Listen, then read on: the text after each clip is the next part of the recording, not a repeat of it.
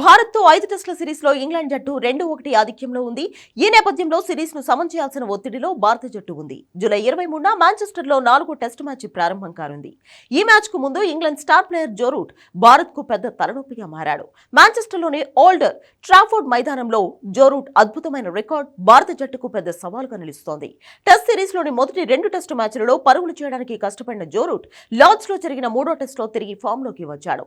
ఈ మ్యాచ్ 2 ఇన్నింగ్స్లలో అత్యధిక పరుగులు సాధించి ఇంగ్లాండ్ విజయంలో కీలక పాత్ర పోషించాడు. మొదటి ఇన్నింగ్స్ లో సెంచరీ చేసిన జో రూట్ రెండో ఇన్నింగ్స్ లో కష్టమైన పరిస్థితుల్లో 40 పరుగులు చేశాడు.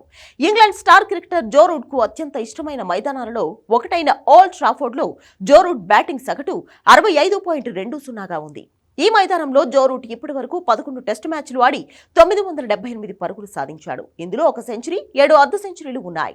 పాకిస్తాన్ జట్టుపై తన టెస్ట్ కెరియర్లో అత్యధిక స్కోర్ అయిన 254 పరుగులను జో రూట్ ఈ మైదానంలోనే నమోదు చేశాడు.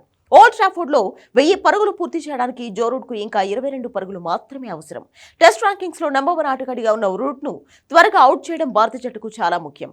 ఇంగ్లాండ్ జట్టులోని ఇతర బ్యాటర్లైన Ben Duckett, Ollie Pope, Zak Crawley, Ben Stokes పరుగులు చేయడానికి కష్టపడుతున్నారు. దీంతో ఇంగ్లాండ్ రూట్ పైనే ఎక్కువగా ఆధారపడుతోంది.